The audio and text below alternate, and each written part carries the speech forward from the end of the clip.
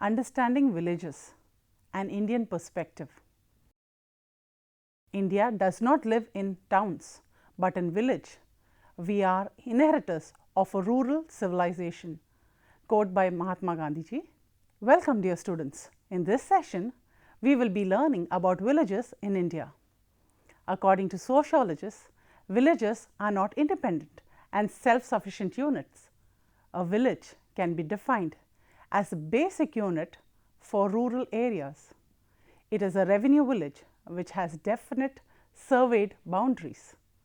Villages are connected to larger societies due to their migration and trading patterns.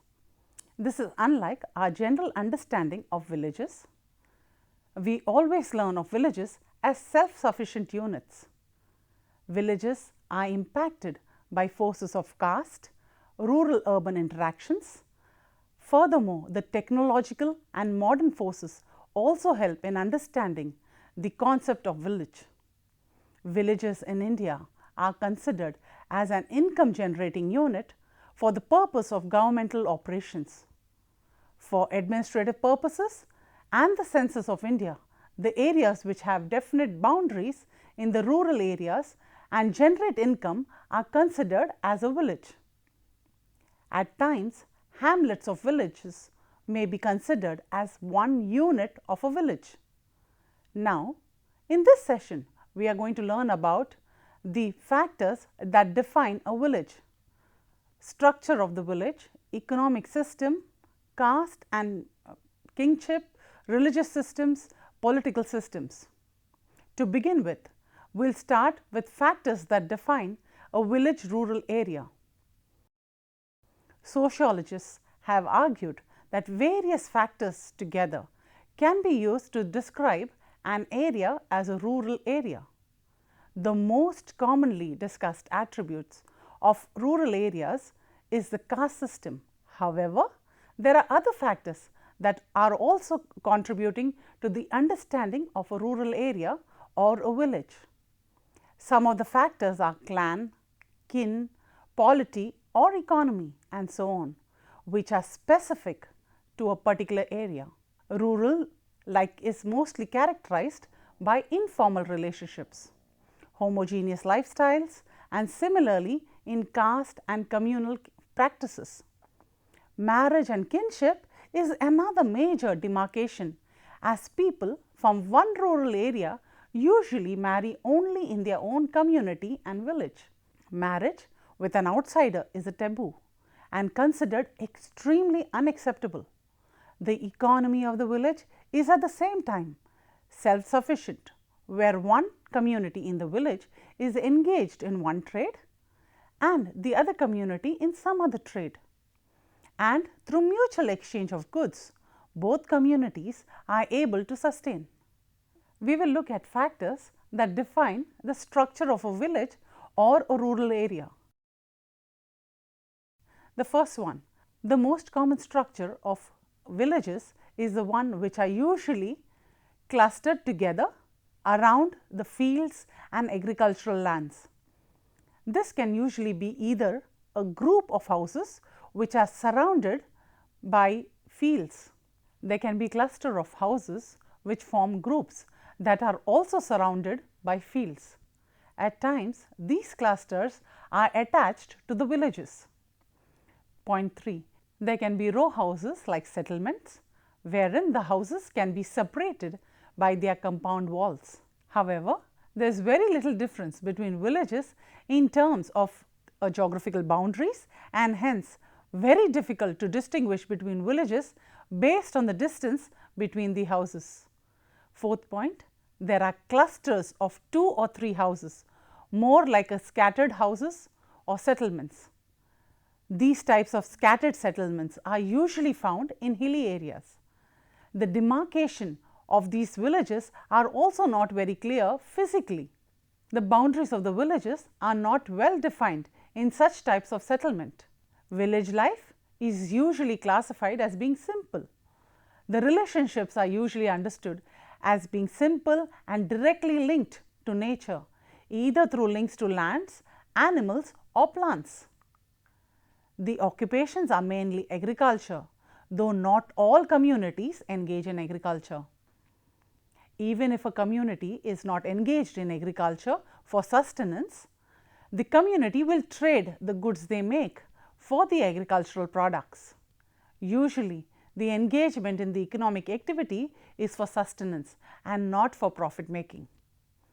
The relationship in these villages among the people is based on their long historical backgrounds rooted in caste and class practices that are way above the economic, political and social needs of the people. Now, we will look at the economic system in villages.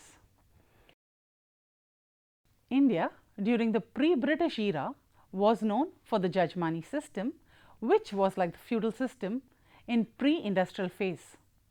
The economy was solely dominated by agricultural production, wherein the grains were exchanged for other products and services.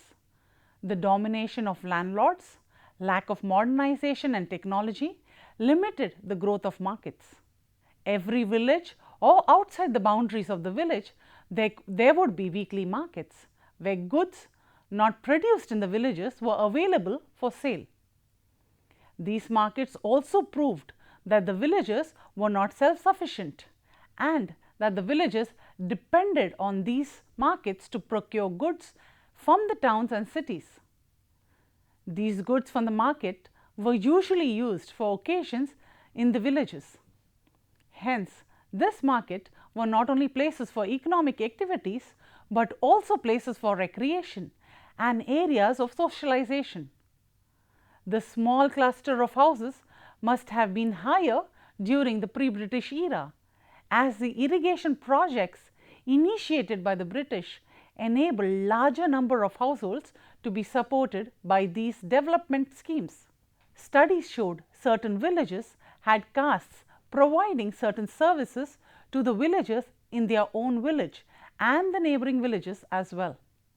These studies also showed how the urban areas depended on the villages for their basic food needs and at times also for the handicrafts. The British rule in India opened the Indian rural market to the world, and the Indian products suddenly gained importance and appreciation in the international market. The opening up of the village economy to the world was part of the modernization and westernization process, where the class and caste differences was becoming more evident. As the local markets are opening up and the villages have a better market for their products and also more employment opportunities. Some had the opportunity to earn more by supplying to a bigger market, while others had the opportunity to go to the other places outside the village, to the towns and to foreign lands for employment. The opportunity to work in foreign lands meant that they would send their incomes back to their families in the villages. This additional huge amount of income would in turn be used for the construction of their houses with modern and western amenities. The additional income would also be used as donation to educational institutions and for the village festivals. The increase in income levels meant an enhancement in their economic status, which in turn would lead to a status improvement. The effects of the urban lifestyles are visible in the rural areas that are exposed to the markets. The modern lifestyle is also visible around industrial areas. With the sudden growth of industries, the need for the labor increases, which leads to the people from the villages migrating to these areas. The sudden increase for labor force also leads to an increase in the need for housing and residential areas. The fastest affected are the villages that are in close proximity of these industrial areas. Along with more villages moving to the industrial areas, the city limits start to expand. The city starts to expand with the suburban areas expanding. This expansion of the cities leads to more development in the cities, meaning more displacement of the people for their various developmental projects. In this process of development, the displaced people are compensated. However, some people use the amount received from the compensation to buy property in a far off land, and some simply spend the money on their daily expenses or on some luxury items and end up without any savings. The displaced people usually work in the urban areas. The rural villages in very close proximity to the city that have not been disturbed by the developmental activities continue with their traditional employment related activities. The economic system of the villages depicts how prior to the British colonial era and after the British colonial era, villages were never self-sufficient units, and villages continue to depend on other villages or the urban areas for sustenance. Now, we will look at the caste and kinship in villages. Village members followed the caste line very rigidly. The Jajmani system is an example of how this caste system was practiced. It depicted the hierarchy among people. The caste group practiced endogamy, and marriages would take place with the extended family. Marriage among the uncles and nieces and cousins were very common. Marriage relationships were crucial, as marital relationships formed the basis of all other relationships in society. Based on one's marital ties, all other occasions like birth, anniversary depended. If one marries into the caste, then all the other relationships become significant. If one marries outside one's own caste, then all the other relationships do not exist. The caste relationship outside the village existed pre-British era, and people depended on the villages living outside the village for all their social associations. With the British rule, the connectivity between villages and towns improved, making the caste difference even more prominent. People of the same caste group living in different places operate as the caste panchayat and make decisions related to caste interactions among villages living outside the village. The caste system further showed a manifestation during the British rule with the development of communication and transportation. We will look at the religious system in villages. The settlement in the villages are usually based on one's caste and religion. Usually people of the same caste follow the same religion, and hence religious practices are similar. If people of different religions reside in the same village, then the places are well demarcated. The religious practices also have got modernized, like every other aspect of human interaction. The concept of Sanskritization by M. Srinivas also speaks about the practices of people being Sanskritized due to the influence of modernization and the need to move up the class and caste hierarchy. The modernization of rituals will reflect the changing economic status of the people. Though the religion of the people does not get affected by the changing technology and modernizations, the ritual practices attached to the various religions changes. We will look at the political system in the villages. Villages have always been considered as self-sufficient units, and this image has always been propagated. Villages, even though we have seen, were not self-sufficient, and the villages dependent on other sources of sustenance.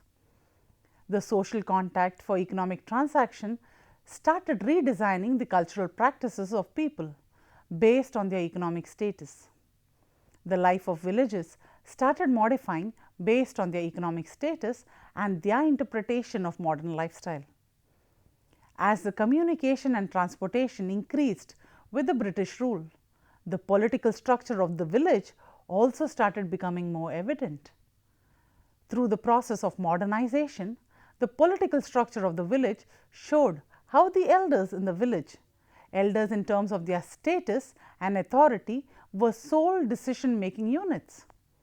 The decisions made by the elders in the village were unchallengeable and were final and binding on all villages, irrespective of their thoughts and understanding. The legal laws of the country were only a second form of law. There were instances where the punishment for the perpetrator might be different from the legal laws. The general understanding of the villages was that the panchayat would give the correct and appropriate punishment for the perpetrators. The process of modernization has affected most areas of people's lives, yet the aspects of law seem to be uncorrupt, not touched in the village. We would like to conclude. Villages have never been seen as self-sufficient units. They have also been associated with other villages to ensure self-sufficiency. With the development of modernization and communication, the lines of interaction between the villages and urban areas increased and led to further strengthening of trades. The interaction of people from various communities led to modifying the traditional religious practices.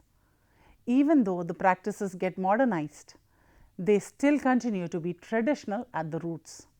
The communities continue to deter intermingling and communities, especially for establishing relationships of marriage and kinship. The sanctity of the community is maintained as the communication with other caste group is maintained to the level of economic interactions. The economic activities require all communities to interact, but with a boundary. The political structure of the village is usually centered only around the panchayat and the elders of the village communities, who are solely responsible to maintain law and order in the village communities. These characteristics of the village communities are visible even in today's village communities.